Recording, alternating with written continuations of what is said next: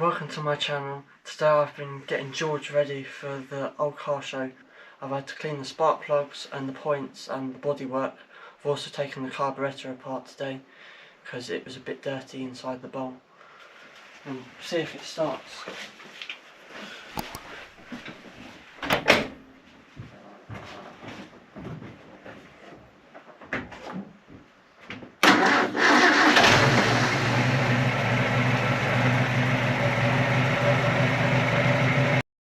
As you could probably hear, the battery was turning over a little bit slowly, so I'm going to put that on charge now. And this car's called George because the number plate says GRG on it, so it's quite fitting really.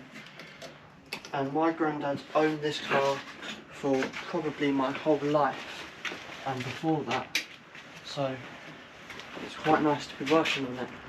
And the next thing you'll see now are videos and pictures from the car show that we're taking it to. Right then, so sitting on first gear.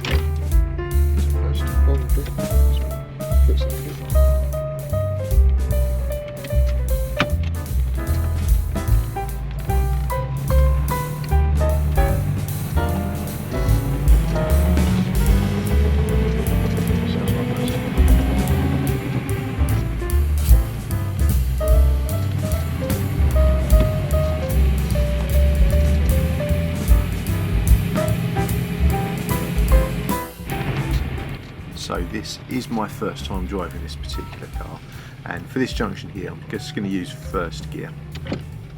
Now you can pull away from junctions in second gear, I've been told, but I chose to use first here. So I'm a little bit of trouble finding the difference between second gear and reverse gear. They are so close to each other. So a nice gear change here into gear number 2. Seemed to always go into gear number 2 when the car was moving, which was a good thing. And for this road here, I'm just going to change up into gear number 3, and the car really does go between gears 2 and gear 3 quite comfortably.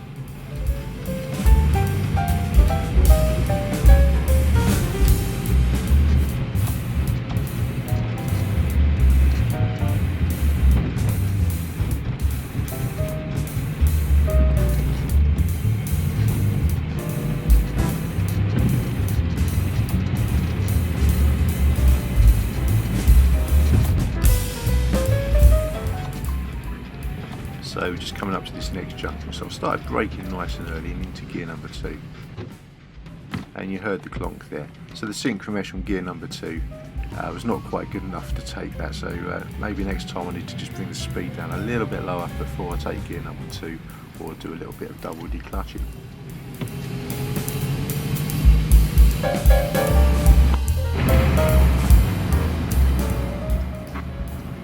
Okay, so out on the country lanes here.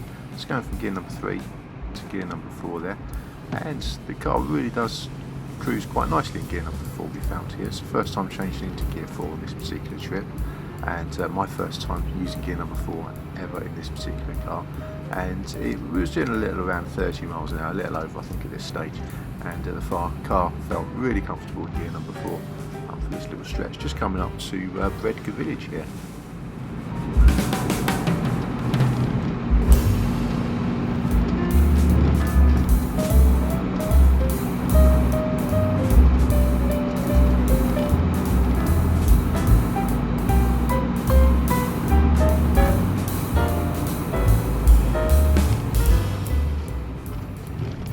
So those of you familiar with Bredgar village will know it, which is coming into a 30 zone here, and there'll be a lot of parked cars. That's why I've just taken this up into gear number 3 and brought the speed down.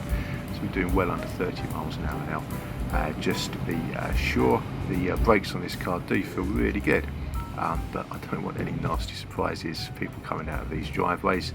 So it looks a little faster on the video maybe, but we were doing comfortably under 30 miles an hour.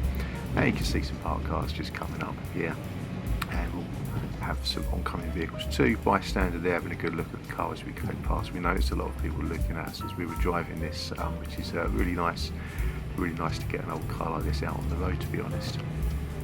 So here, just squeezing through the gaps, didn't hit any curbs, didn't hit any cars, which was nice, and a great way to learn the width of the car. It's a little bit narrower than my modern car that I drive on a day-to-day basis, so threading through the gaps wasn't too bad.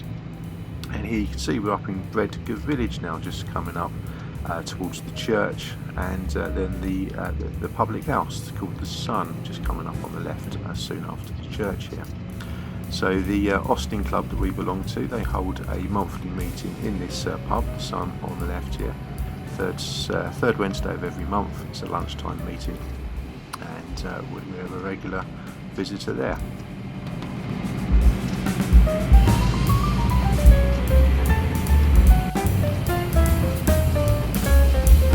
Right then, so I think we're at our place. This is a tea rooms in Bredgar. Classic car, feet up.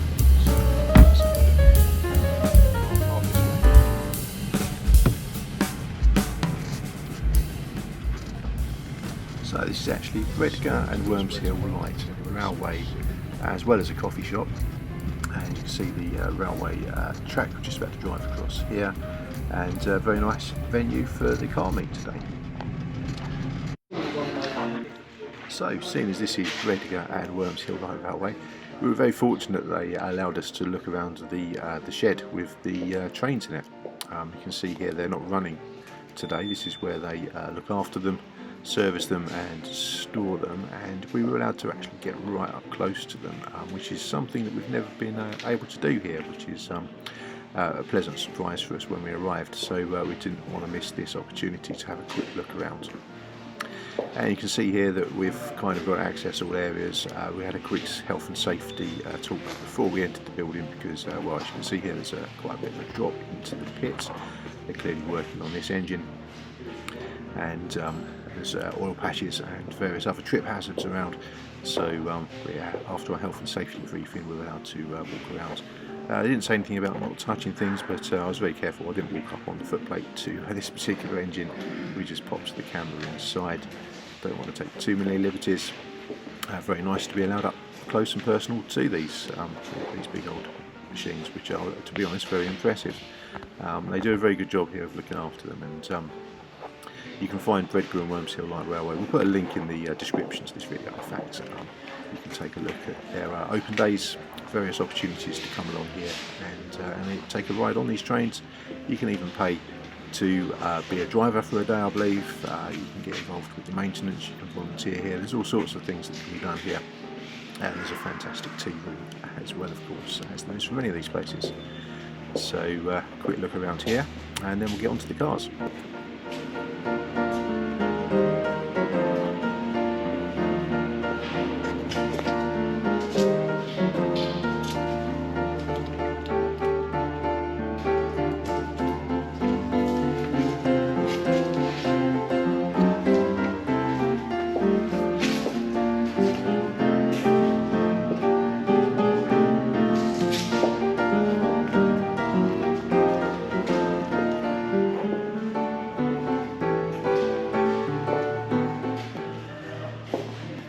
So this is one of the carriages that they use to transport people about on their open days. And as we walk through here past an old telephone box, where you get the first glimpse of one of the cars. This is one of the permanent cars here at the Bredgar and Wormshill Light Railway. It's a Reliant three-wheeler, a couple of tractors as well. And yeah, this old Reliant is in full working order, and as you can see there, it's in very fine condition too. Very nice to see. I've not seen one of these on the road for a very long time, to be completely honest, so it's pleasant to see this one here. And you see it's all sign written up for the railway. It's a permanent exhibit here, as are all of these tractors too.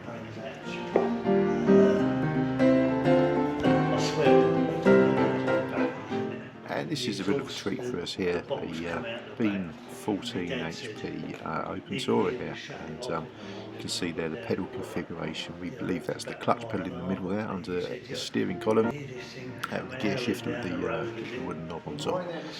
The handbrake was just alongside it to its right, and very fine condition. It's not concours. It's clearly used, and yeah, very nice car to see indoors here today. And yeah, another look there at the pedals and the dashboard. So yeah, very fine looking car. I'd love to have seen this one outside in the displays. Would have clearly been the oldest car on display today, but nice to see it all the same. And then we can walk through to the main shed, and we can see the traction engines as well. Now on their open days here, they do have the traction engines outside, splitting wood, cutting wood. These things are fired up, and as you'd expect for a place like this, they are kept in great working order and very, very well looked after. There's one there that needs a bit of work. I guess that's their next project. So you can see there the foot plate, and this is used on a reasonably regular basis. Maybe now it's October as we're filming this, maybe not so much for the coming weeks and months, but certainly next summer and spring this will be out in the field and fired up and shown in all its glory. So now let's head outside and let my son take you round what he thinks about some of these old cars that are outside on the display.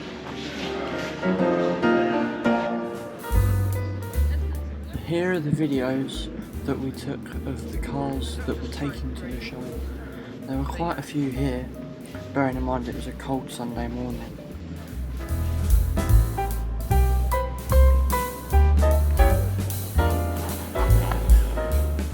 This man here sitting in the chair, he was a very good drawer, and I think at this point he was drawing the Morris Minor that we've just passed. And if you ever do come to this show, you'd probably expect to see him there drawing somebody's car, and if you're lucky enough, he might even draw yours.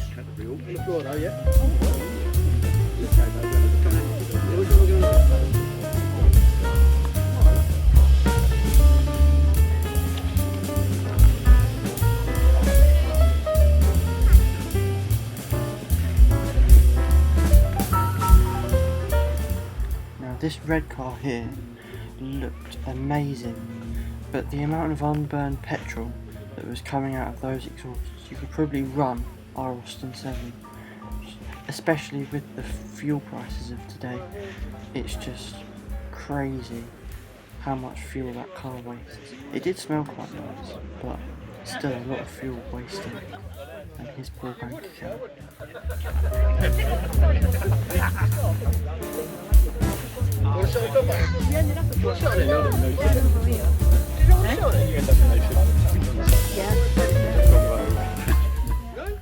Now, here we're coming up to George, who took us here, and I'm not 100% sure, but it might have been the oldest car here, which is quite nice to know that I came to the car show in the oldest car.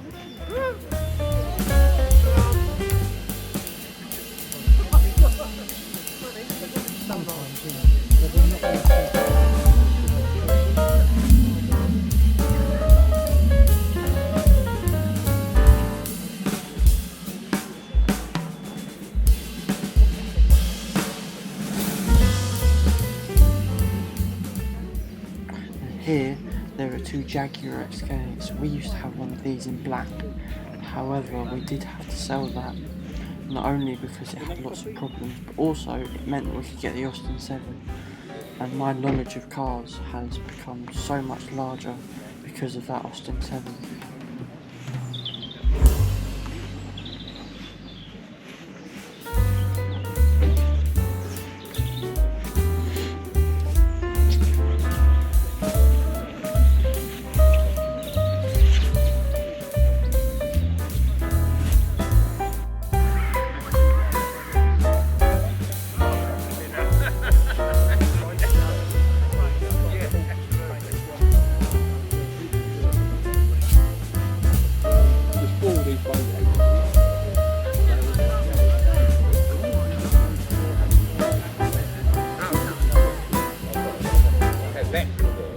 It's also nice when you go out to see a few familiar faces, because this man with the green Austin Somerset lives just behind my road, and when I was little I went out in that car. I was probably around 10.